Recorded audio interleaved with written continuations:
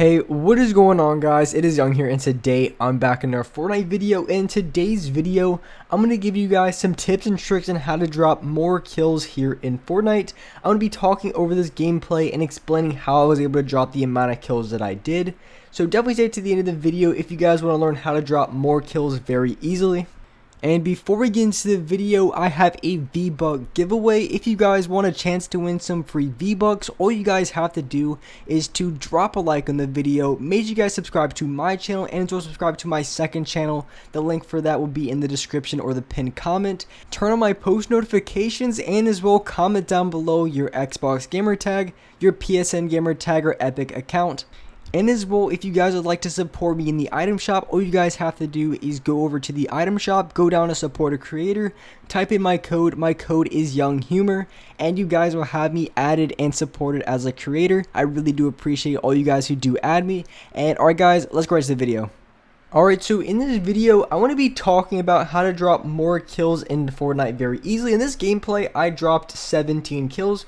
So I had a pretty solid game. I wasn't able to get the 20 bomb, but 17 kills still is very good for a Fortnite game. So when it comes to getting high kills, there's a few different things that you want to do, or you have to make sure you do every single time that you go for high kill games. And one of those things I did mention in previous videos is if you want to go for high kill games, you really do have to focus on specifically going for those high kills, because when you're going for these high kill games, the chances of you winning multiple games in a row and getting a lot of wins is probably going to be a lot lower than you normally would, because if you're used to getting like 12 kills or so, maybe even like 10, really depends on how many kills you're used to getting. But if you try to go for those 15 plus, 16, maybe even 20 plus kill games, one thing you do have to realize is you're not going to be able to get that very consistently. So you're not going to be able to win all those games in a row, because especially off spawn, you definitely need to have a very good drop, because you need to get quite a few kills off spawn. I mean, you could probably get a very high kill game with like 4 or 5 kills off spawn. I would say any less it could be difficult if you're only like at 3 or 4. I mean, you still might be able to get like 14 or 15, but if you want to go for those upper teens, maybe even 20s, you definitely have to get like 5 or 6 kills off spawn. Doesn't mean it's impossible, but you probably do want to get about that many kills off the start of the game. And in order to do that, you definitely have to play a little bit more riskier than you normally would, because it's definitely not an easy task to do, because you have to drop, usually first drop off the bus, or a lot of times Salty Springs is pretty packed, so you can land there and get quite a few kills right off the spawn. But you have to kill those people off the spawn, and it can just be very difficult to do that in a consistent manner, because sometimes you're going to run into people who get the better drop. They get the gun first, maybe your building doesn't have any loot, or maybe the person you're going against in your building is like the biggest tryhard in the world.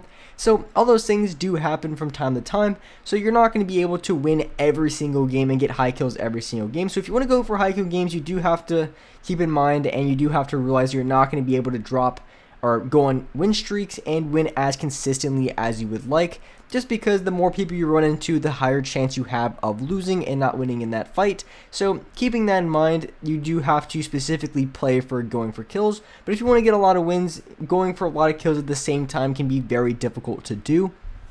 And so the next thing that is very important if you want to be able to get high kill games much more easier, and this is something that it's kind of my golden rule when it comes to, it's really just how I play to us. Mainly my playstyle is probably more going for kills than wins, but one thing that I always make sure that I do, and a good rule of thumb, is when it comes to gunfights, and it could be anything, it could be gunfights, it could be looting, you know, going off spawn, rotating. There's a lot of options when it comes to this, but when it comes to anything that you do in Fortnite, that might take a little bit of time. So like I said, you know, looting up, going for shots, gunfights, anything that might take a little bit of time, you want to do it twice as fast.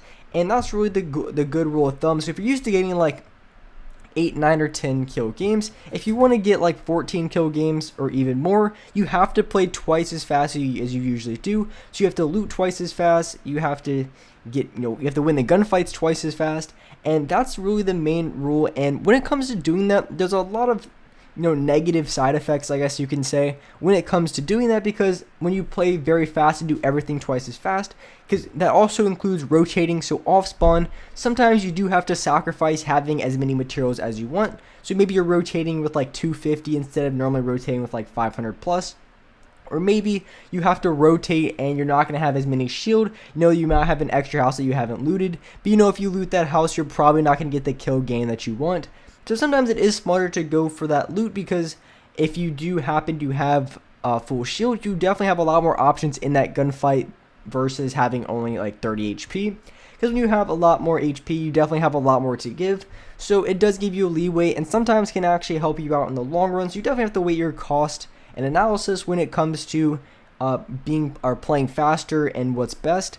But typically speaking, the fastest way to play, and it's just not having most of the time, except for the end of the game, because at the end of the game you're going to kill someone and they're going to have max wood, max brick, and max steel. Some people just have, they're stacked the entire game. They have like 15 minis and 17 big pots and a couple of slurps, and then they have full shield as well. So for the exception of the last part of the game, I would say at the beginning game and mid game, more than likely you're going to be running around with less mats than you normally want, and more likely than not less HP than you normally want. I mean, sometimes with the amount of shield drop, a lot of times you are going to have 50 shields. Sometimes you're not going to find bandages though, but you're probably going to be running around like 125, maybe 150. If you're real lucky and you find a lot of shield off spawn, then you might be able to run around 200. But more than likely you're going to have less HP than you want, less materials, but your trade-off is you're going to be able to find more people, and at the same time you're going to be able to get more kills because you're finding those people faster. And I feel like that's a problem for a lot of people. It's just not finding people fast enough. It's not really winning the gunfights.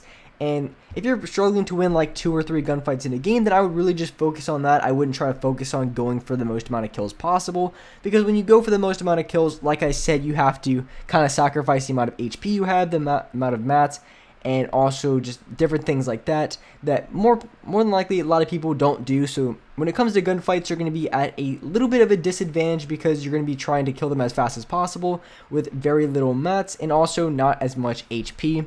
So when it comes to winning those gunfights, it can be a little bit trickier, so you have to learn how to play Fortnite with low materials, which really isn't the hardest thing. When it comes to low materials, you have to play faster than you have to play as fast as possible, because when you have low materials and you're trying to win a gunfight, if you're on low ground and you're trying to build up, that's going to burn way more materials than you already have high ground from the start. So if you make a very fast push, go for high ground, and just have yourself an advantage, play very, very quickly, you don't have to burn as many materials. So if you're ever low in materials, that's going to be the best way to play, and that's exactly how you want to play when going for a lot of kills. That's just going to save you a lot of mats overall. And even if you don't have a lot of mats, if you can kill the other player very, very quickly, you can end up having a lot of mats saved by the end of that fight, because you won't be burning through so many because you played so quickly.